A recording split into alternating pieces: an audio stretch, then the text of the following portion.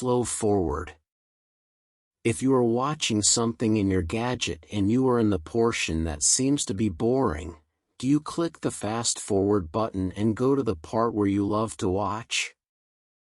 Do you see yourself doing that to your life? If you have extraordinary powers, would you rather skip the difficult moments of your work and life and make a fast forward? How would you want to start the new year? Some people want to start the year fast. They want to be first in everything. First in the line, first in finishing their work assignments, first in arriving in meetings. They are first in everything. There are a lot of benefits in being fast. But sometimes, we miss out on what's important when we are too fast. Long lines stress us out. We don't want to wait, and we don't like long lines. But the reality is, we must slow down as we press forward. As we face the new year, here are 2 reminders from the Bible. As much as you can, don't be in a hurry to get things started. Welcome the idea of having a slow forward. Tip number 1. Remember that there is strength in waiting.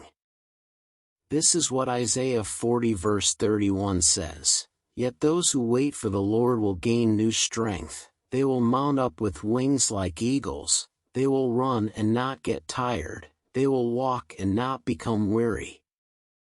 At the start of the year, it's good to be intentional in having time to be silent and listen to the Lord. It takes ordinary strength to do this. Instead of becoming busy, you will restrain yourself from too many activities just to quiet your spirit and allow a heart to hear from God. Tip number 2, remember to focus on just one thing. People who have a clear focus end up more fruitful than those who are busy with mere activities. This is what we can read in Philippians 3 verses 13 to 14. I am still not all I should be, but I am focusing all my energies on this one thing, forgetting the past and looking forward to what lies ahead. I strain to reach the end of the race and receive the prize for which God, through Christ Jesus, is calling us up to heaven. Have you discovered the one thing or mission that only you can do, and this is the one you devote your time and energy? You will only know that one thing, again, if you wait on God.